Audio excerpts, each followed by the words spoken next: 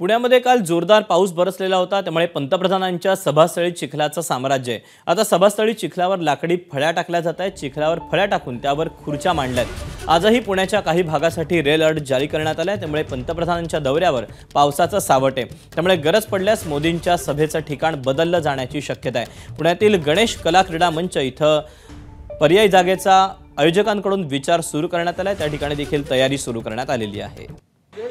आपण याबद्दलचे अपडेट जाणून घ्या। तर जयदीप भगत आपल्या सोबत आहे। जयदीप, खरं तर पर्यायी जागेचा विचार सुरू झाला असल्याचं समजतंय। रेड अलर्ट देखील जारी करण्यात आलेला आहे। सध्या काय नेमकं चित्र या सभेच्या आयोजकांकडून काय नेमकं स्पष्टीकरण देण्यात येत आहे? दीपक, आज देखील पुण्यामध्ये पाऊस पडेल असा अंदाज व्यक्त करण्यात आलेला आहे, परंतु ज्या ठिकाणी मोदींची नियोजित सभा होती त्या SP महाविद्यालयाच्या या प्रांगणामध्ये मोठ्या प्रमाणात चिखल झाला होता आणि आता देखील चिखल आहे, परंतु त्या ठिकाणी जे आहे ते फळ्या टाकून जे आहे ते खुर्च्या टाकल्या जातात। ते खरं तर मोदी 5-5:30 वाजता पुण्यामध्ये येतील, त्यानंतर मेट्रोचं उद्घाटन करतील आणि त्यानंतर त्यांची या ठिकाणी SP कॉलेजच्या मैदानात जी आहे ती सभा होणार आहे। परंतु पावसाचं सावट असल्यानं एक पर्यायी जागा देखील निवडण्यात आलेली आहे। गणेश कला क्रीडा मंचाची दोन्ही ठिकाणी जी आहे ती जय्यत तयारी सुरू आहे।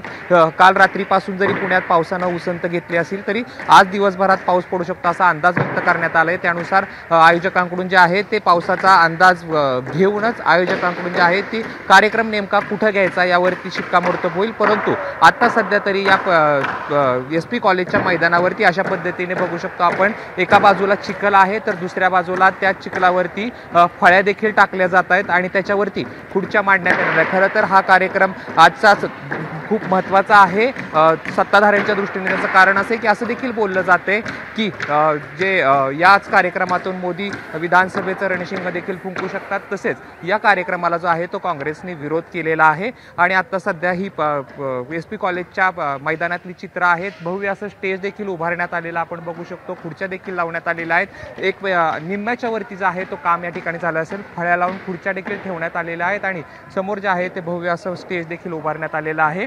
आता नेमका कार्यक्रम कुठं घ्यायचा, पावसाचा अंदाज काय, यावरती जे आयोजक आहेत तो पुढची भूमिका ठरवणार आहेत। मात्र सध्या तरी या ठिकाणी SP महाविद्यालयाच्या मैदानावरती जे आहे ती जय्यत मोदींच्या सभेची तयारी सुरू आहे। दीपक, अपडेट जाणून घेत राहू। तुर्तास जयदीप, धन्यवाद दिलेल्या सविस्तर माहितीबद्दल। ABP माझा, उघडा डोळे बघा नीट।